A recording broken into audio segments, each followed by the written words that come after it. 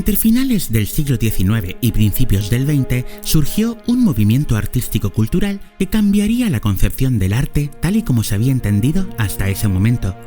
Caracterizado por una expresión subjetiva de sentimientos intensos como la locura, el miedo, la angustia, por encima de la impresión y representación de la realidad, abarcó diversos campos como la arquitectura, la literatura, la música, la pintura, el teatro y el cine. Nacido como una reacción al impresionismo y al naturalismo, con una naturaleza más oscura y personal, reacia al positivismo que caracterizaba esas dos vanguardias, el expresionismo presenta una visión más personal del artista y la visión del mundo interior. Pero, ¿puede esta vanguardia artística haber sido el germen para la creación del cine negro?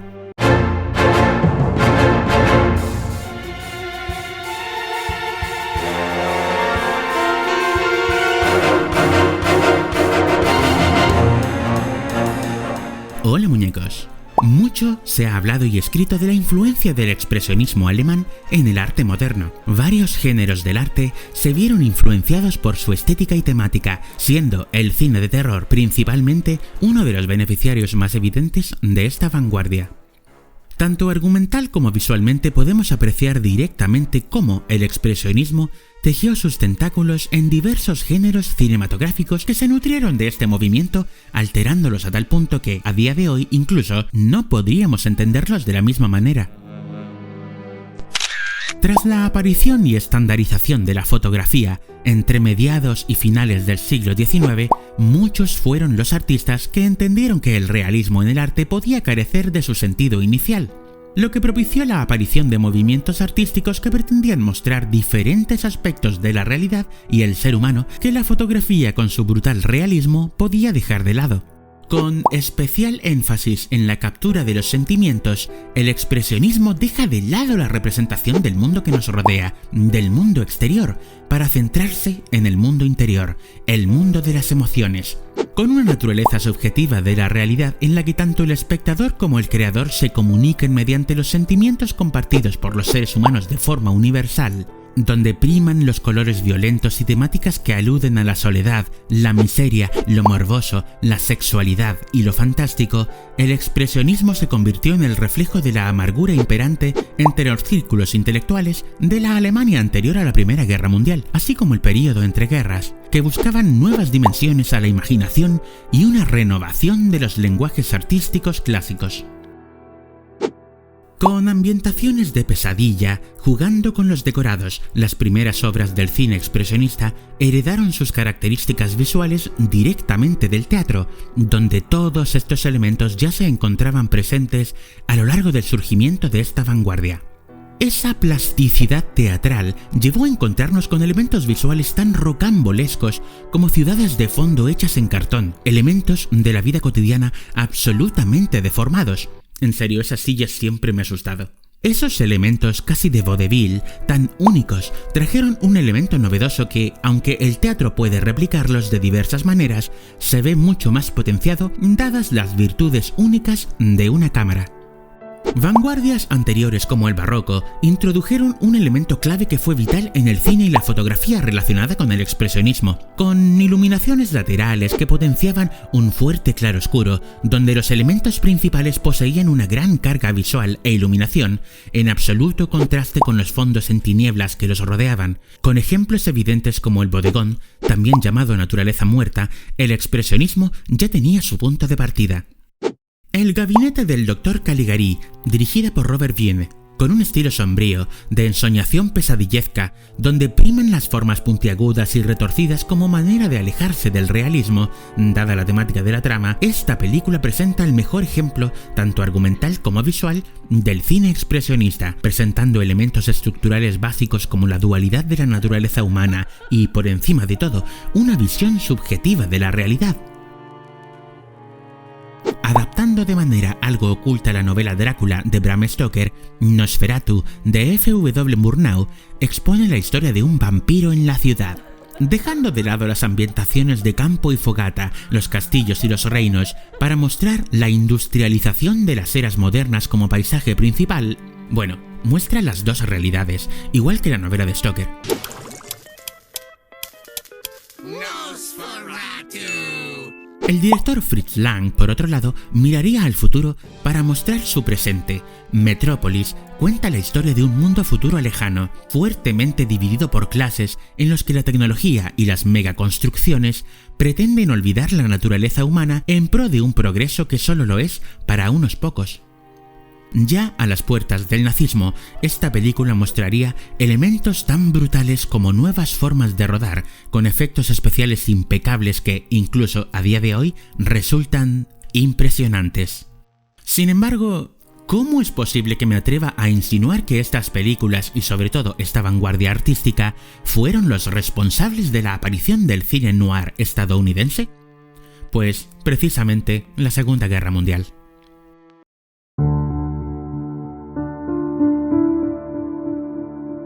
La llegada al poder de Hitler trajo grandes cambios en la forma en que Alemania había entendido la producción cinematográfica hasta ese momento. La Universum Film AG, o UFA, principal productora en Alemania, que ya había producido una gran cantidad de esas películas, pasó a estar bajo el control nazi, por lo que a partir de ese momento su principal contenido pasó a ser propagandístico.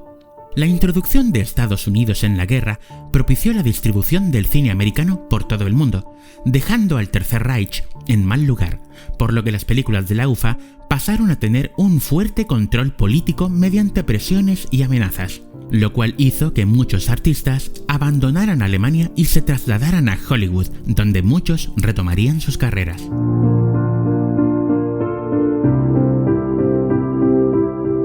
Nacido entre las páginas de las revistas Black Mask y la publicación francesa Série Noire de la editorial Gallimard, y de los cuales adopta su apelativo noir o negro, así como gran parte del vocabulario francés predominante en el género, y también debido al carácter lúgubre y sombrío de los ambientes donde transcurren, todo comienza con la novela negra, donde podemos encontrar historias relacionadas con el mundo del crimen e historias policíacas, muchas veces llamadas novelas criminales, y tras la Gran Depresión publicadas en papel barato o de pulpa de celulosa, razón por la cual, por cierto, fue acuñado el famoso término pulp, popularizado en los últimos años por películas como Pulp Fiction, para describir este y otros muchos estilos que se publicaban en este tipo de revistas y publicaciones. Estas historias gozaron de gran éxito, lo que llevó a diferentes autores como Raymond Chandler o Dashiell Hammett a publicar novelas largas relacionadas con el género que ya les había dado el éxito previo. Si bien el término noir o negro sigue a día de hoy en debate, podemos encontrar una serie de elementos estilísticos coherentes que lo pueden caracterizar como un género auténtico. Entre esos elementos podemos encontrar tramas relacionadas con el crimen, investigaciones y asesinatos, entornos urbanos, investigaciones policiales, la presencia de una mujer o femme fatale. Si bien no todos estos elementos son el dogma por el cual el cine negro pasaría como rasero, son elementos clave muchas veces para considerar algunas películas como tal. Scarface. Emparentado con el cine de gángsters, con algunos referentes previos como 20.000 años en Sing Sing, de 1932, o Los crímenes del museo, ambas dirigidas por Michael Curtiz, a las que podemos sumar películas como Furia, del 36, y Solo se vive una vez, ambas de Fritz Lang. El cine negro comienza su etapa dorada en los años 40 del siglo XX, con una de sus obras maestras, con El extraño del tercer piso, dirigida por Boris Ingster. Citada muchas veces como la auténtica primera película de cine noir, donde podemos encontrar ya una gran parte de los elementos que caracterizan al género, como un crimen, una investigación, una aparente femme fatale, una ensoñación, sería seguido por películas como El halcón maltés, de 1941, dirigida por John Huston, Perdición, de Billy Wilder, Laura, de Otto Preminger, o Historia de un detective, de Edward Mitrick, todas de 1944, presentaron una manera diferente de entender el policíaco, con fuerte atención a la psicología de los personajes y los entornos urbanos de la gran ciudad. Podemos entender el cine negro como una americanización de las técnicas visuales desarrolladas por el expresionismo a principios del siglo XX. Debido principalmente al éxodo de los artistas europeos por la persecución nazi, estos llevaron sus conocimientos y talentos hacia el nuevo continente, donde terminaron por desarrollar el género al punto de convertirlo en una extensión del mismo expresionismo. Esta combinación estético-visual, característica del cine expresionista con las historias criminales desarrolladas en Estados Unidos, creó un lenguaje visual y estilístico único, donde la iluminación traída del barroco está subvertida ya no solo en iluminar un plano, sino que, al igual que en el cine expresionista, cuenta y desarrolla la historia psicológica de los personajes.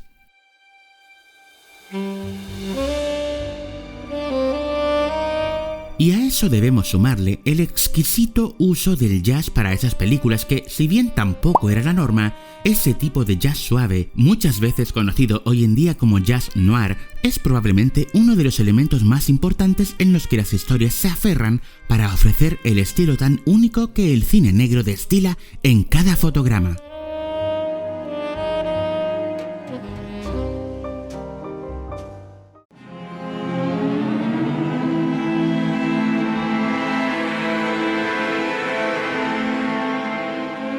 Otro de los géneros que se vería fuertemente influenciado por el desembarco europeo en Hollywood sería el cine de terror, donde películas como Los monstruos de la Universal tendrían la primera gran influencia del expresionismo alemán en Hollywood. Drácula, de 1931, dirigida por Todd Browning, posee una fotografía realizada por el gran y único Karl Freund, artista austrohúngaro quien había trabajado previamente con Fritz Lang realizando la fotografía de Metrópolis, importando su estilo personal que había desarrollado con los artistas del cine expresionista, además en su propia película como director del año 1932, La momia.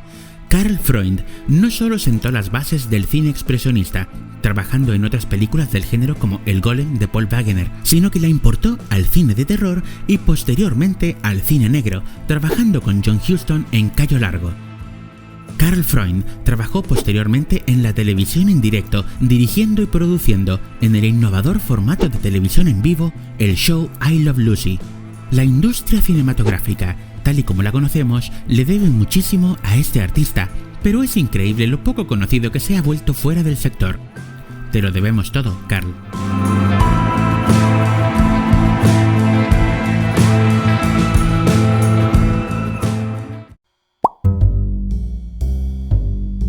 El género negro seguiría siendo popular hasta principios de los años 50, presentándonos obras como El sueño eterno,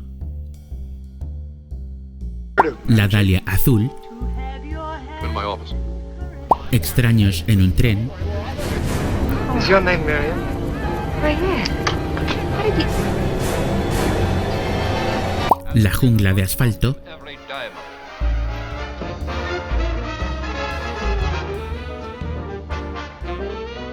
o El cuervo. Told you that. He was here looking for you. And you'd better stay away from me. Todas grandes películas de un género que pronto pasaría de moda, pues ya llegados los años 50, el interés por este tipo de películas fue decayendo, al punto de que la última gran película del género la podemos encontrar en Sed de Mal, del gran Orson Welles, que ha sido citada en incontables ocasiones como la última película del período clásico del género.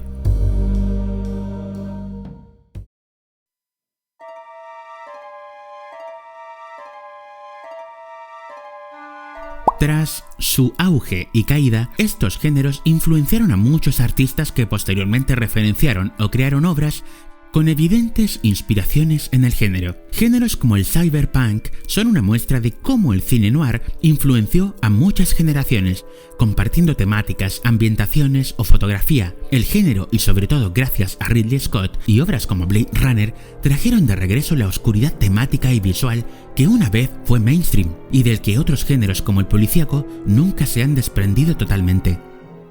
Además de las influencias que el expresionismo alemán tiene dentro del cine de Tim Burton, que en determinadas ocasiones mira al expresionismo como un espejo en el que el propio Burton se ve reflejado, creando fotogramas e historias inspiradas en el expresionismo, dándole su toque personal, incluso americanizándolo de manera diferente a como lo fue en el pasado con el cine negro.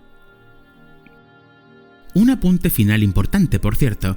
Si bien hoy en día el apelativo noir o negro es de uso universal para la descripción de este tipo de cine, la realidad es que lo conocemos así gracias al periodista y crítico francés de origen italiano Nino Frank. quien denominó film noir a estas películas que llegaron a suelos europeos tras la guerra y donde identificó diversos patrones entre ellas y las denominó así gracias a la publicación Série Noire de la editorial Gallimard, que ya había publicado traducciones al francés de muchos relatos de la novela negra, siendo un término usado casi exclusivamente en Europa hasta los años 70, usando Hollywood apelativos diferentes como melodrama o simplemente cine policíaco. Resulta fascinante la grandísima influencia europea dentro de este género y lo poco que se habla a día de hoy de él.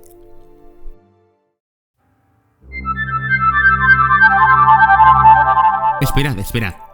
Tomémonos un momento. ¿Por qué es este cuadro uno de los más famosos de la historia? Como diría alguien que conozco, ni siquiera se parece a lo que se tendría que parecer, pero ¿no está ahí precisamente su encanto y magia? Que sea una representación de la realidad, complejo aunque simple, cálido pero frío. ¿Es el grito algo que hace el protagonista o, como se ha dicho recientemente, se tapa los oídos por escuchar un grito? Sea lo que sea, estamos todos de acuerdo de que este cuadro es hermoso, ¿verdad? Yo mismo pinté varias versiones del grito de Edvard Munch, y ahora uno de ellos decora mi casa. Asimismo, 2 películas de este género se han convertido en mis películas favoritas de la historia de la filmografía: Laura, de Otto Preminger, y La mujer del cuadro, del gran Fritz Lang. Este es uno de mis vídeos más personales hasta la fecha, no solo por abordar mis 2 referentes artísticos predilectos, sino porque al mismo tiempo este fue el tema de la tesis de mi trabajo de fin de grado. Aunque la tutora nunca estuvo muy entusiasmada, de hecho tuvimos varias desavenencias, al final en el que me fui con un 5 pelado y un trabajo de 100 páginas que no le terminó de gustar, desde hace muchos años que había querido adaptar ese trabajo a un vídeo en esta plataforma, así que, si has llegado hasta aquí, permíteme que te agradezca tu tiempo. No te pediré el like, ni la suscripción, ni el Patreon, ni nada de eso, aunque si puedes siempre ayuda. Lo que te quiero pedir es que nunca dejes de disfrutar del cine. Sé que este tema puede no ser popular, incluso puede llegar a ser aburrido, pero para mí es fascinante. Y siendo sincero, este vídeo no lo he hecho por el like. Y si de alguna manera te ha gustado, de verdad y de todo corazón, muchas gracias, muñeco. Saludos.